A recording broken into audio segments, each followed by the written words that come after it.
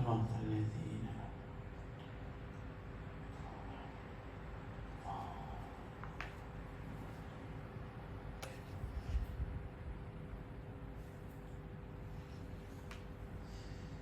Bismillahirrahmanirrahim. Assalamualaikum warahmatullahi ta'ala wabarakatuh.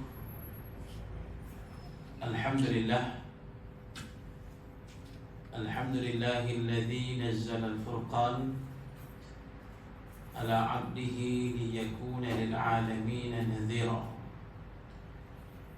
Walladzi arsala rasulahu bil huda wa dinil haqq liyudhhirahu 'ala ad-dini kullihi walau karihal kafirun. Asyhadu an la ilaha illallah wahdahu la syarika lah wa asyhadu anna Muhammadan 'abduhu wa rasuluh. Allahumma salli wa sallim wa barik ala sayyidil mursalin wa ala alihi wa sahbihi ajma'in. Subhanaka la 'ilma lana illa ma 'allamtana innaka antal 'alimul hakim. Wala hawla wala quwwata illa billahil 'aliyyil 'azim. Rabbi shrah li sadri wa yassir li amri wahlul 'uqdatam min lisani yafqahu qawli, amma ba'd. Fa ya ibadallah ittaqullah usikum wa nafsi bittaqwallah faqad fazal muttaqun. Qala Allah Ta'ala fi kitabihil karim, a'udzu billahi minasy syaithanir rajim. Al-haqqu min rabbik fala takunanna minal mumtarin. Shadaqallahul 'azim. Wa qala Rasulullah sallallahu alaihi wasallam, ballighu anni walau ayah. Tuan-tuan, puan-puan, muslimin dan muslimat yang mudah-mudahan dirahmati oleh Allah. Alhamdulillah, kita bersyukur pada Allah.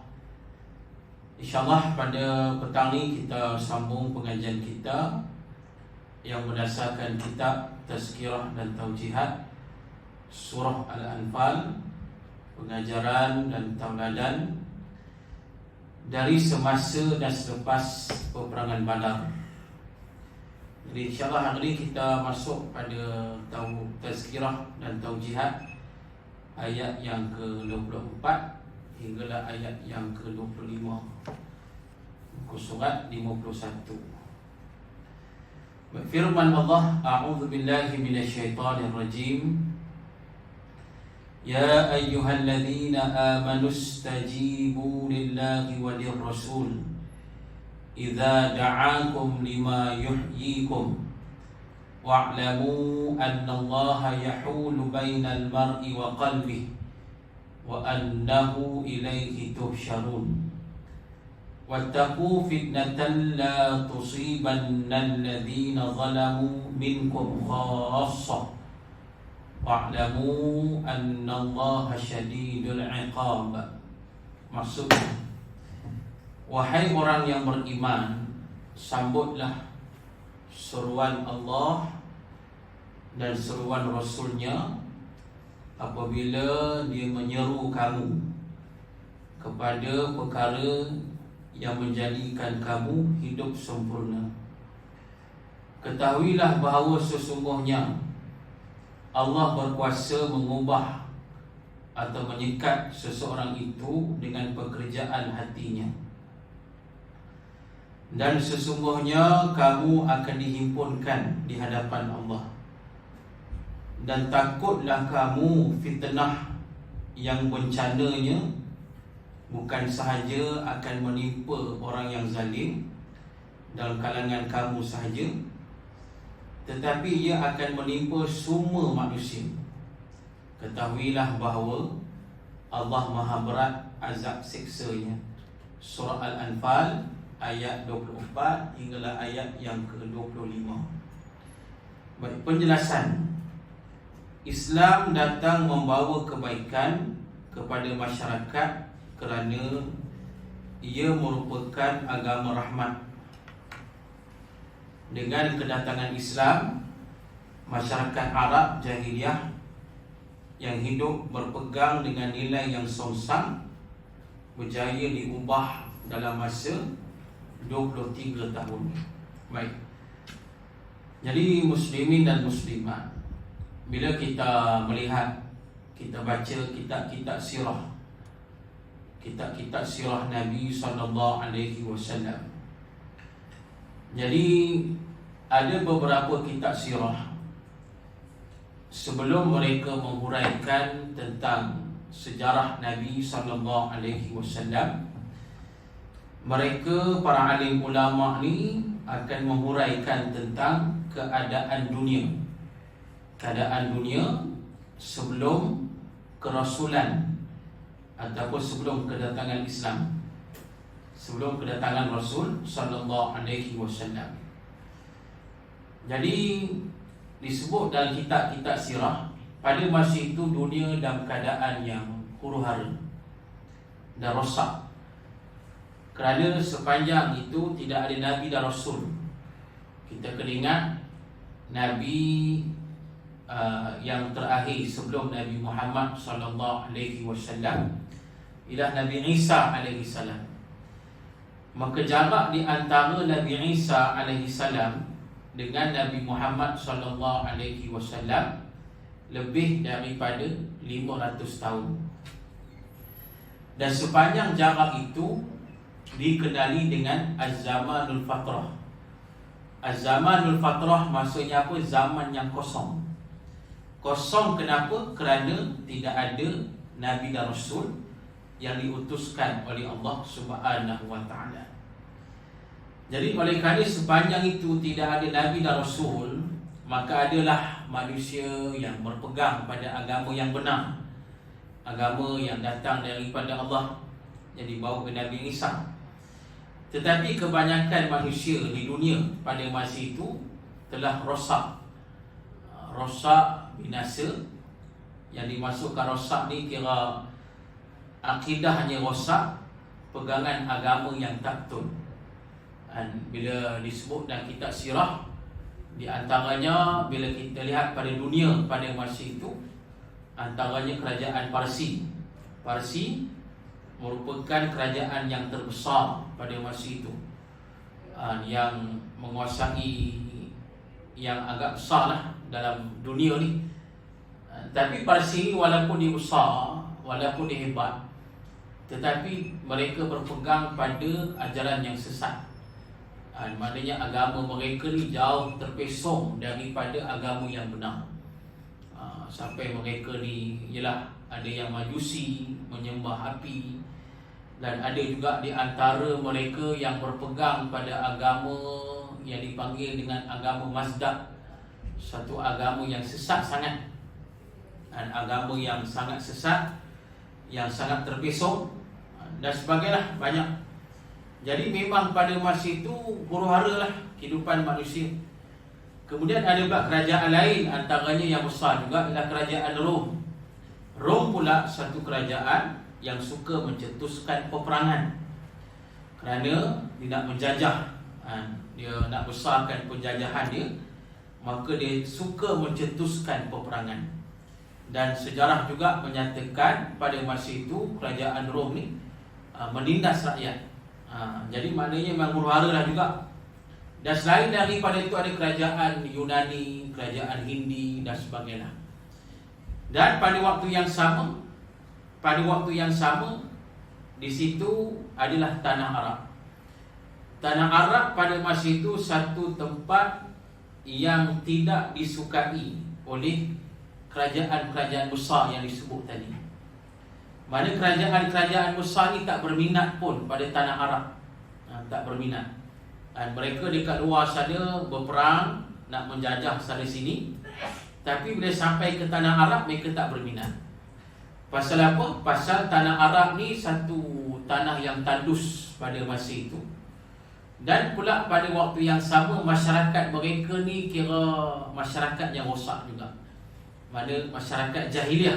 Masyarakat jahiliah, masyarakat yang berpegang kepada, orang kata, pegangan yang songsang, yang syirik kepada Allah. Ini Kita faham dah jahiliah ni. Zaman ni mereka ni mempunyai sifat yang sangat buruk lah. Sifat yang sangat buruk, perangai yang tak elok, disebut dalam hadis yang sahih. Pada masa itu orang Arab, perangai mereka suka mencari gaduh, suka mencetuskan perbalahan, kemudian suka menindas orang. Sukalah benda-benda yang tak elok ni, benda-benda yang tak baik. Jadi nak membayangkan pada masa itu memang rosaknya masyarakat Arab pada masa itu. Dan yang paling ketara, mereka ni amat taksub dalam menyembah berhala. Cukup taksub, sampai mereka nak pergi mana pun akan bawa berhala. Diusunglah berhala ni untuk disembah. Dan macam-macam lah. Nak kata betapa mereka ni rosak. Jadi muslimin dan muslimat, bila saja kedatangan Islam, maka Nabi SAW diutuskan oleh Allah Subhanahu Wa Taala. Dan disebut tadi Islam ni agama rahmat. Agama rahmat yang dibawa oleh Nabi SAW.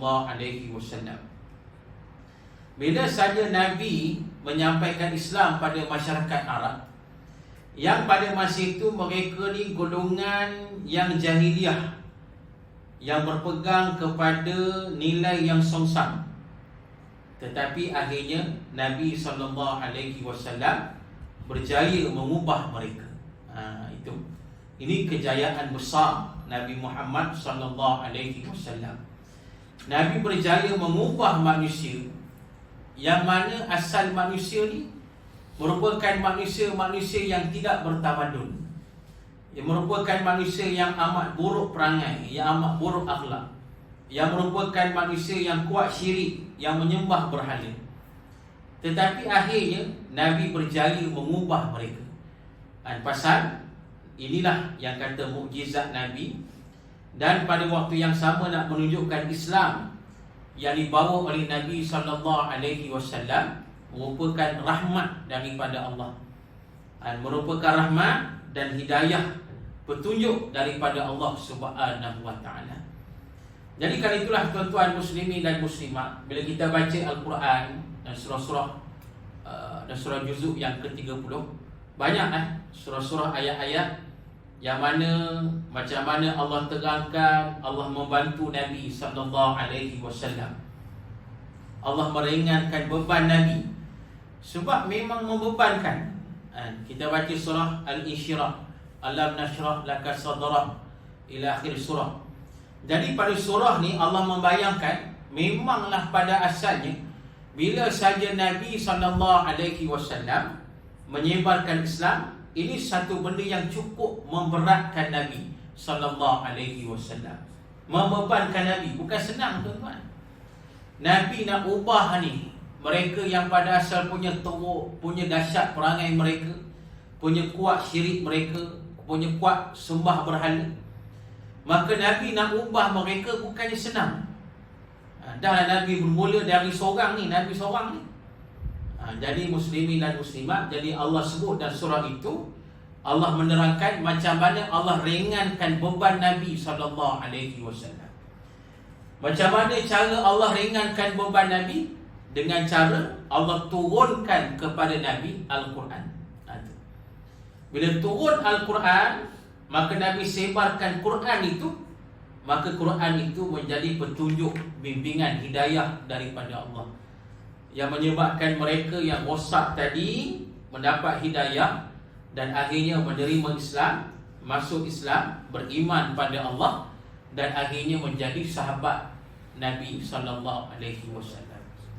Jadi pokoknya nak kata Nabi berjaya.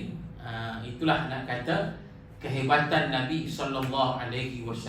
Baik, katanya lagi, bukanlah mudah untuk mengubah nilai dan cara hidup mereka dalam masa yang singkat kerana tahap kerosakan akhlak mereka yang sangat teruk.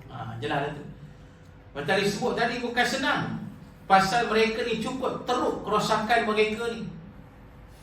Jadi memang mengambil masa dan memang perlukan pengorbanan yang besar daripada Nabi SAW. Kita baca sejarah tentang bila Nabi nak sebarkan Islam di Mekah. yang pada saat itu lebih kurang 40 orang menerima Islam. Tapi yang pada masa itu yang orang kata yang nampak Islam tak ramai, tak sampai 40 orang tu yang duk zahir Islam ni.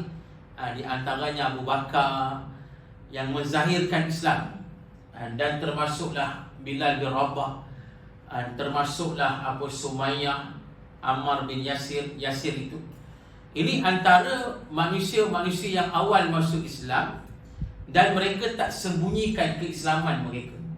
Mereka menzahirkan keislaman mereka. Jadi pasal itulah keluarga Ammar bin Yasir ditangkap dan diseksa. Kita baca sejarah yang terkenal kan, macam mana keluarga Ammar bin Yasir ditangkap dan diseksa. Sebab keluarga Yasir ni hamba pada seorang pemimpin Quraisy. Jadi pemimpin Quraisy ni cukup marah bila saja keluarga Yasir masuk Islam. Maka dia menyesa ni keluarga Yasir ni. Dia menyesa keluarga Yasir, membunuh Sumayyah, membunuh Yasir itu. Bahkan Ammar bin Yasir, anak mereka, selamat, tapi diseksa lah. Kita tengok sejarah dan hadis yang sahih menceritakan bila mereka diseksa, bila Ammar bin Yasir diseksa, bayangkan diletakkan di atas api ni, disalai hidup-hidup. Tu Nabi datang pada masa itu. Nabi datang masa Ammar bin Yasir kena salai tu. Nabi datang, Nabi pegang kepala Ammar bin Yasir. Nabi pegang dan Nabi berdoa, ya Allah, jadikanlah api ni seperti mana api yang membakar Nabi Ibrahim. Tu ni. Maka dengan izin Allah, api tersebut tak panas, macam api yang membakar Nabi Ibrahim. Dalam Quran Allah sebut, qulna ya naru kuni bardan wa salaman ala Ibrahim. Allah perintahkan pada api yang bakar Nabi Ibrahim ni bardan, sejuk. Jadi sejuk, menyebabkan Nabi Allah Ibrahim selamat daripada orang kata seksaan itu. Macam itulah yang Nabi berdoa pada Ammar bin Yasir. Maka menyebabkan Ammar bin Yasir selamat daripada seksaan itu, penyiksaan itu.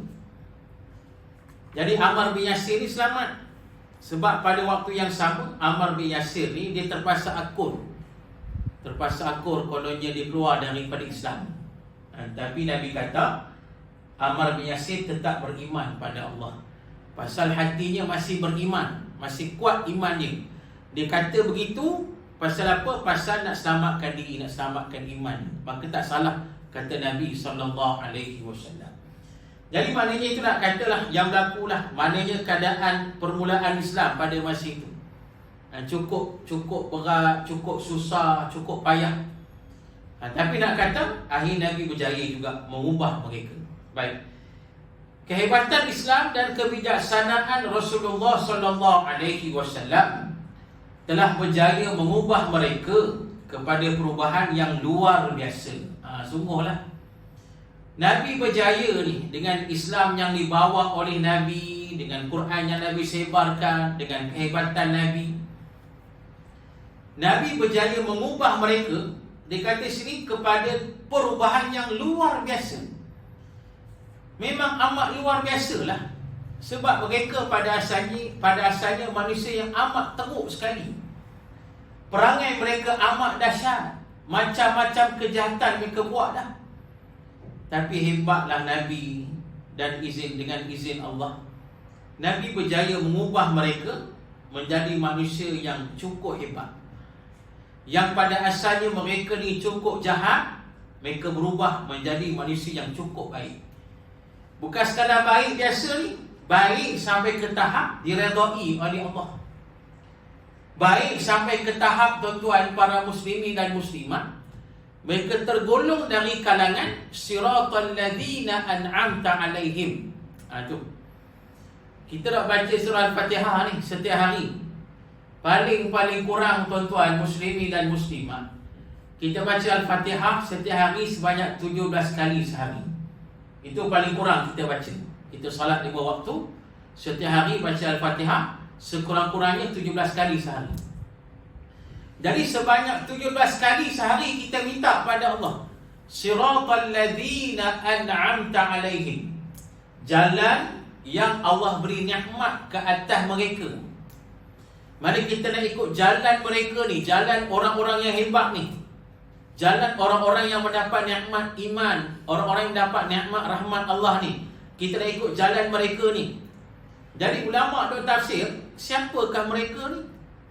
Siapakah mereka yang mendapat nikmat daripada Allah ni, yang disebut dalam surah Al-Fatihah ni? Siapa mereka mendapat rahmat Allah ni, yang kita nak ikut mereka ni? Siapa? Jadi ulama' kata yang paling utama para Nabi dan Rasul lah. Para Nabi dan Rasul, mereka manusia yang mendapat nikmat daripada Allah. Dan kemudian kata ulama' tafsir, manusia yang dapat nikmat daripada Allah, yang kita nak ikut mereka, nak jalan mereka, ialah para sahabat Nabi Muhammad sallallahu alaihi wasallam. Maknanya nak kata, sepakat ulama' inilah manusia yang mendapat nikmat daripada Allah, yang kita baca dalam surah Al-Fatihah ni. Maknanya walaupun pada asalnya mereka manusia yang cukup teruk, manusia yang cukup jahat, tapi Nabi berjaya mengubah mereka sehingga mereka menjadi manusia yang paling hebat, paling mulia dan paling diredai oleh Allah Subhanahu wa taala. Itulah nak kata perkara yang luar biasa yang telah berjaya Nabi lakukan. Baik. Dari tabiat zina, judi dan minum arak menjadi sebati dalam kehidupan mereka, kepada menjadi orang yang paling bertakwa kepada Allah Subhanahu wa taala. Sungguhlah. Memanglah pada jahiliah ni, zaman jahiliah, perzinaan dahsyat, judi pun dahsyat, minum arak paling dahsyat lah mereka ni. Memang dah sebati sungguh ni, sebati sungguh. Sebati dalam kehidupan mereka. Maka daripada situ berubah mereka menjadi manusia yang paling bertakwa kepada Allah Subhanahu wa taala. Tu dia. Sampai ulama' menjelaskan pada kita, bila kita nak baca sejarah tentang para awliya Allah, para wali-wali Allah ni, para wali-wali Allah ni hebat-hebat belaka. Kita baca sejarah Syekh Abdul Qadir Al-Jilani, hebat wali Allah ni. Kita baca sejarah Zunnun Al-Misri, hebat. Kita baca sejarah Ibrahim Adham, hebat. Kita baca sejarah tentang Yazid Al-Bustami, hebat. Kita baca sejarah tentang tentang wali-wali Allah yang lain lah, Fudail bin Iyad dan sebagainya. Semuanya hebat belaka ni. Memang luar biasa mereka ni, luar biasa. Mereka ni kekasih Allah, cukup hebat, tinggi semua darjat mereka di sisi Allah. Sampai Allah kurniakan mereka karamah-karamah yang hebat.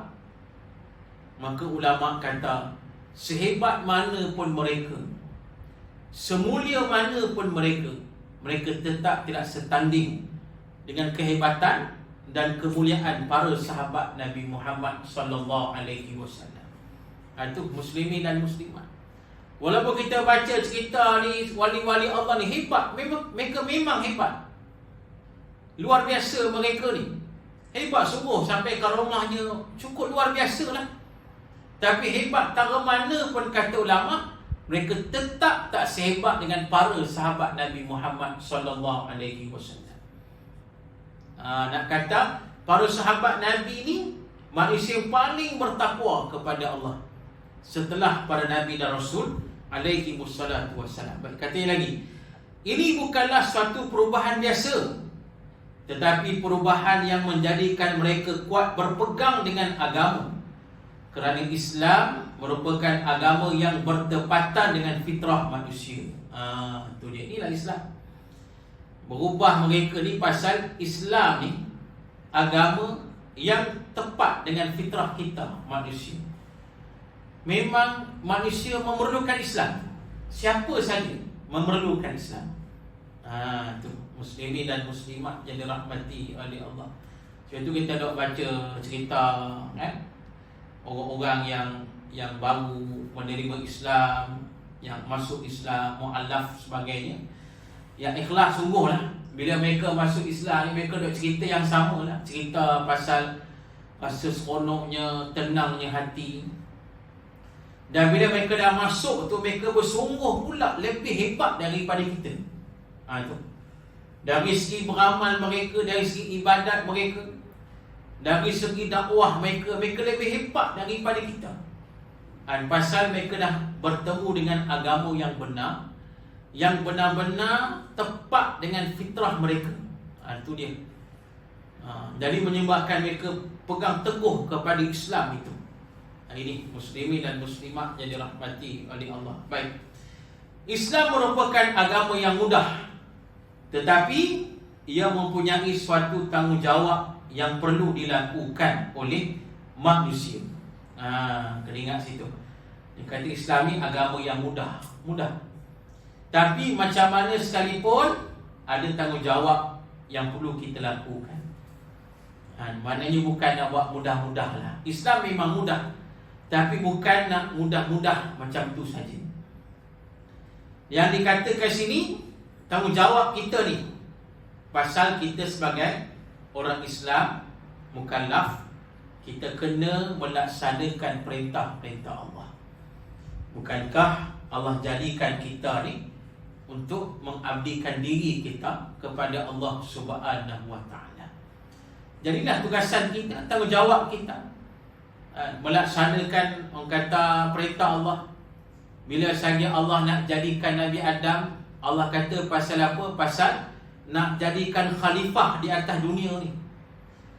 Jadi khalifah ni maksudnya ada kerja lah khalifah ni. Kita baca dalam ayat tu dalam surah Al-Baqarah, Allah sebut apa? Kata fa imma ya'tiyannakum minni huda faman tabi'a hudaya fala khaufun 'alaihim wa lahum yahzanun. Allah sebut pada ayat ni yang kata tugasan khalifah ni antaranya apa? Menyebarkan hidayah. Ini tugasan khalifah. Menyebarkan hidayah Allah, menyebarkan Islam, menyebarkan Al-Quran. Ini maksudnya. Ini tugasan kita. Menyebarkan kebaikan, menyebarkan keimanan. Dan Allah beri jaminan faman tabi'a hudaya fala khaufun 'alaihim wa lahum yahzanun. Allah beri jaminan, maka barang siapa yang mengikut hidayah tersebut, dia mendapat hidayah, dia ikut hidayah tersebut, maka Allah beri jaminan mereka ini tidak akan rasa takut dan tak akan rasa duka cita di akhirat nanti. Ini janji Allah. Bila manusia mengikut hidayah yang kita sebarkan ni, orang mengikut hidayah ni, Allah janji tak akan rasa takut dunia akhirat, tak takut. Bahkan tak rasa duka cita, tak rasa sedih lah. Lebih lagi bangkit di akhirat nanti. Pasal di akhirat nanti ramai yang takut, ramai yang sedih, ramai yang kesedihan, ketakutan yang amat. Tapi orang yang masih di dunia dahulu mengikut hidayah Allah, Allah beri jaminan bagi akhirat mereka tak rasa takut. Takut tak ada, sedih pun tak ada. Pasal apa? Pasal mereka mendapat balasan hebat daripada Allah, itu syurga Allah. Ini muslimin dan muslimat. Jadi nak kata ini khalifah, menyebarkan hidayah. Sebab itu ada ulama kata tugasan khalifah ni iqamatud din wa siyasatud dunya bi. Tugasan khalifah ni kata ulama mendirikan agama dan mentadbir alam dunia ini dengan agama. Ini tugasan kita. Ini tanggungjawab kita sebagai manusia yang dijadikan oleh Allah Subhanahu wa taala. Baik, katanya lagi, mereka bertanggungjawab untuk mematuhi peraturan ini demi kemaslahatan manusia itu sendiri. Ia bukan membawa keburukan kepada manusia, tetapi ia membawa satu manfaat yang besar kepada manusia. Tanggungjawab ini menuntut sedikit usaha dan pengorbanan dari manusia. Itu dia. Jadi nak kata sini, melaksanakan tanggungjawab kita ni memerlukan sedikit usaha dan pengorbanan. Macam mana sekalipun muslimin dan muslimat kena ada susah payah sikit. Itulah realiti kita hidup kat dunia ni. Mesti ada usaha ni. Usaha untuk jadi orang beriman, usaha untuk jadi orang yang bertakwa, Maka nak capai semua ini memanglah adalah sebersikit kesusahan itu. Memanglah ada perlukan pengorbanan nak mencapai ke tahap iman dan ketakwaan kepada Allah. Pasal bila kita nak jadi orang yang beriman, orang yang bertakwa, kita kena hadapi macam-macam ujian dulu. Bukankah Allah Ta'ala berfirman, ahasibat nas ayyutraku ayyaqulu amanna wa hum la yuftanun, kata Allah. Apakah kamu kira, wahai manusia, apakah kamu fikir Allah akan biarkan kamu macam tu saja, sambil kamu berkata aku sudah beriman, padahal kamu belum lagi diuji oleh Allah. Maknanya macam mana sekalipun muslimin dan muslimat, kita kena diuji dulu. Nak capai iman yang betul, nak capai ketakwaan yang sempurna, mestilah diuji terlebih dahulu. Tu dia. Walanabluwannakum hatta na'lamal mujahidina minkum was-sabirin, ila akhir ayat. Kata Allah, Allah akan terus menguji kita. Allah akan uji kita sampai diketahuilah siapa yang betul-betul bersungguh-sungguh melaksanakan perintah Allah, yang bersungguh-sungguh nak jadi orang beriman dan benar-benar sabar. Allah akan terus uji kita. Ini muslimin dan muslimat. Jadi memang kita tak terlepas daripada ujian daripada Allah Subhanahu wa taala. Jadi pasal itu perlukan pengorbanan ni. Bila menghadapi ujian, kita sabar dan tabah, perlukan pengorbanan yang besar. Maka inilah yang dilakukan oleh Nabi SAW, yang dilaksanakan oleh para sahabat Nabi Ridwanullah alaihim ajma'in. Ramailah contoh-contoh yang lain lagi. Nak capai tahap itu, nak mencapai keimanan dan ketakwaan yang sebenar di sisi Allah. Dan kita kena ingat janji Allah, memanglah kena uji macam-macam, tapi bila tiba saat, bila sampai ketakwaan pada Allah, Allah janji, wa may yattaqillah yaj'al lahu makhraja warzuqhu min haitsu la yahtasib. Ini janji Allah. Bila kita sampai ke tahap benar-benar bertakwa pada Allah, maka pada saat itu Allah akan keluarkan kita dari kesusahan. Itu janji Allah. Dan pada waktu yang sama, Allah akan beri kita rezeki yang kita tak sangka-sangka.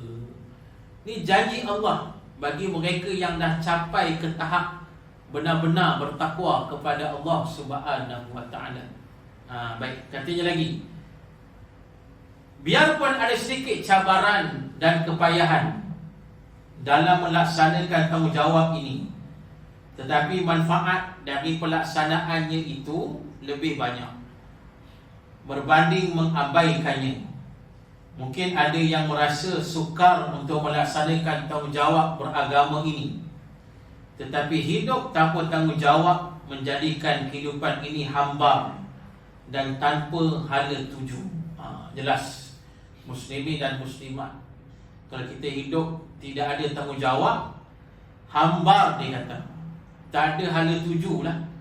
Kita tengok dulu ada kumpulan apa, hippies. Ini contoh manusia yang tidak beragama. Tidak beragama, tak ada tanggungjawab, hidup jadi celaru. Hidup jadi celaru, hidup orang kata tak ada pedoman, tak ada matlamat hidup. Hidup dengan apa, dengan dadahnya, dengan seks bebasnya, itulah hidup mereka. Tak ada apa. Jadi hidup macam ni tak ada apa benda, tak mendatangkan manfaat.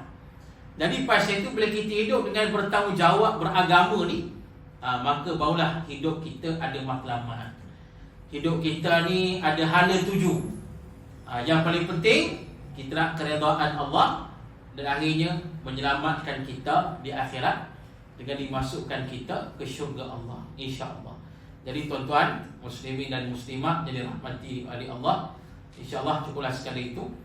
Kita akan sambunglah kuliah kita ni pada bulan depan, yang masih lagi menghuraikan ayat 24 dan 25. Jadi marilah kita tangguhkan dengan membaca tasbih kafarah dan suratul Asr. Bismillah. أعوذ بالله من الشيطان الرجيم. بسم الله الرحمن الرحيم.